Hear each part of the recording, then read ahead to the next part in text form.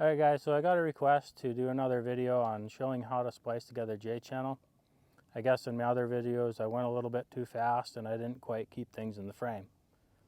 So the reason why you're going to want to splice J-channel together and not just butt it together is because you could end up with a gap right there where they're coming together, and it's going to hold it together a little bit nicer.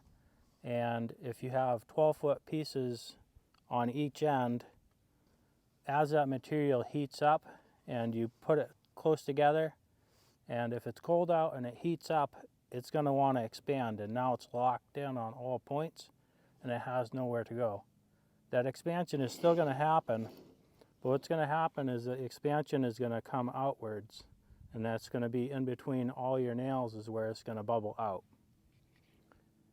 And then obviously if you put it tight when it's warm out, what's going to happen is it's going to shrink back from there when it gets cold, and you'll have a big ugly gap right there.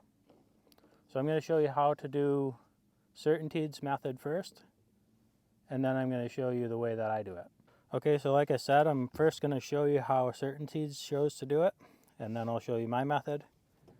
And what they say to do is cut off this little rolled edge right here for 3/4 of an inch, and then cut off the back nail fin 1 inch.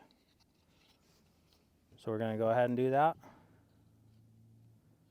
So right there, I'm going to go about 3/4, and you can see I'm snipping down just a little bit, so that takes away the thickness of the top, so it'll slip in there. Otherwise it's going to be pinched in between the bottom and the top of that rolled hem. And then I'm going to try to get in right there, and this is a little bit more difficult to do because you got to roll that rolled hem up so you can get your snips on there. And there we go. And you see you kind of want to angle that right there. It just gives it a little bit of a nicer look. And then again, we're going to go back here with the cut on the nail hem.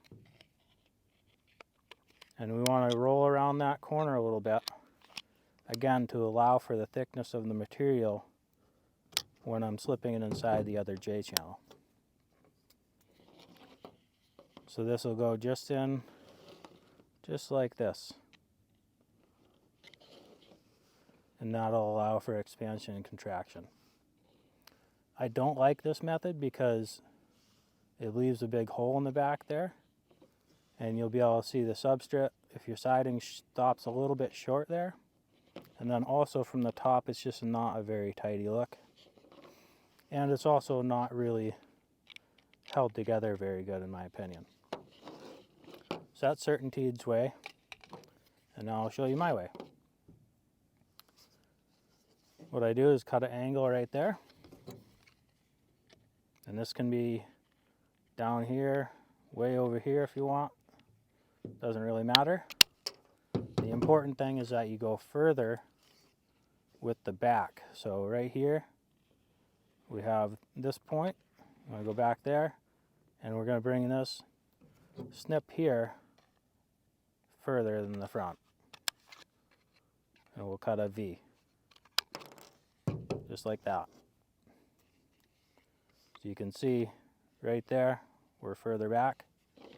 And now what I'm doing is I'm going to pinch this together and hold it pinched together and slip it inside of there, and then put this nail fin behind this one.